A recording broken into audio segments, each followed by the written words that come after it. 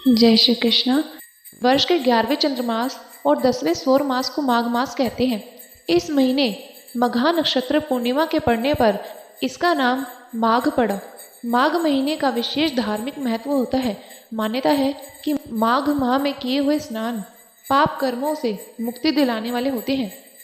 इस माघ मास के सभी अध्यायों का फल प्राप्त करने के लिए आपको सारे महात्म की वीडियो हमारे चैनल और प्लेलिस्ट में मिल जाएगी।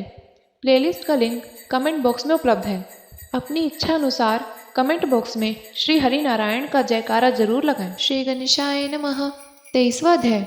महर्षि लोमश वेद नीति को देवदूती की कथा सुनाना। हे प्रियवर, सरस्वती नदी के किनारे हर तरह के वृक्षों से आच्छादित एक अत्यंत मनोहर आश्रम में द्विजोतम धर्मात्मा देवदूती निवास करते थे। वह महात्मा सुमित्र का पुत्र था। उसे भगवान लक्ष्मीपति से वर मिला हुआ था। उसके आश्रम में बैर भाव को त्याग के पशु एक साथ रहकर किलोल किया करते थे और वहाँ के रहने वाले मधुर वन फलों को खाकर आनंद से जीवन बिताते थे। अब मैं आपके सामने उस महात्मा के नियमों का वर्णन करता हूँ, ध्यान से सुनो। वह तपस्वी ग्रीष्म ऋतु में सूर्य की तरफ दृष्टि लगाकर पंचाग्नि तप किया करता था। जिस समय मेघमाला वर्षा किया करती थी, उस समय मैदान में बैठकर तप करता हुआ हिमालय की तरह अचल रहता और पौष मास में 3 महीने शीतल जल में बैठकर तप किया करता। इतना ही नहीं, वह महात्मा सत्यवादी, जितेंद्रिय और ब्रह्म यज्ञ में तत्पर रहकर भगवान विष्णु की आराधना में सदैव मग्न रहता था और वन में रहने वाले कंद मूल फलों से अतिथियों को हर रोज संतुष्ट किया करता था। हे ब्राह्मण, इस तरह उस ब्राह्मण महात्मा देवदूती को तप करते हुए 1000 वर्ष बीत गए। यद्यपि उसके शरीर में केवल नसें और अस्थियां ही शेष रह गई थी, किंतु उसके तेज को सहन करने की शक्ति किसी जीव में नहीं थी। वह महात्मा तप के द्वारा प्रचंड अग्नि के समान प्रदीप्त हो रहा था।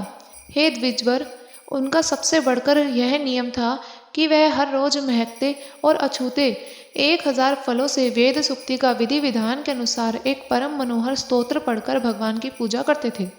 एक दिन वह वैशाख की एकादशी को मग्न मन से भगवान की पूजा कर रहे थे। उन्होंने ज्यों ही भगवान की वंदना की, उसी क्षण गरुड़ पर सवार होकर देवादिदेव भगवान विष्णु ने आकर उसे दर्शन दिए। हे द्विजोतम, जिस समय उस महात्मा ने अपने सामने साक्षात लक्ष्मीपति को शंख चक्र गदा पद्म और वैजंती माला धारण किए देखा, तो थोड़ी देर तक भगवान के स्वरूप में टकटकी लगाकर देखते हुए वाणी द्वारा कुछ भी नहीं बोल पाया। हे द्विजवर, इस प्रकार अपने भक्त को प्रेम से विभोर हुए देखकर मुस्कुराते हुए भगवान विष्णु कहने लगे, हे भक्त शिरोमणि, मैं तुम्हारी भक्ति से परम प्रसन्न हूँ, इसलिए जिस वर की इच्छा हो मुझसे मांग लो। भगवान के ऐसे वचन सुनकर महात्मा कहने लगे, हे देवादिदेव, हे अंतर्यामी, आपने अपनी माया से शरीर धारण किया है। हे भगवान, ब्रह्मादि देवता व सिद्ध महात्मा सब आपके दर्शनों की अभिलाषा करते हैं, क्योंकि आपके दर्शन होते ही तीनों लोकों के उत्तम फल की प्राप्ति हो जाती है। अब ऐसी कौन सी वस्तु शेष है जो आपके दर्शनों से बढ़कर मांगी जाए? हे भगवान, बस मेरी तो केवल यही इच्छा है कि मैं समस्त सांसारिक मोह माया से अलग रहकर आपकी भक्ति में सदैव मन लगाकर रखूं।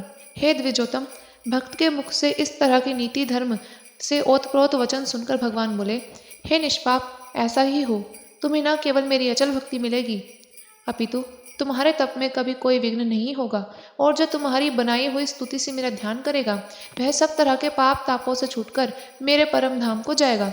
हे द्विजोतम, ऐसा कहने के बाद भगवान तो अंतर ध्यान हो गए और महात्मा देवदूती उनकी भक्ति में तत्पर हो गया। 23वां अध्याय संपूर्ण। जय श्री कृष्ण।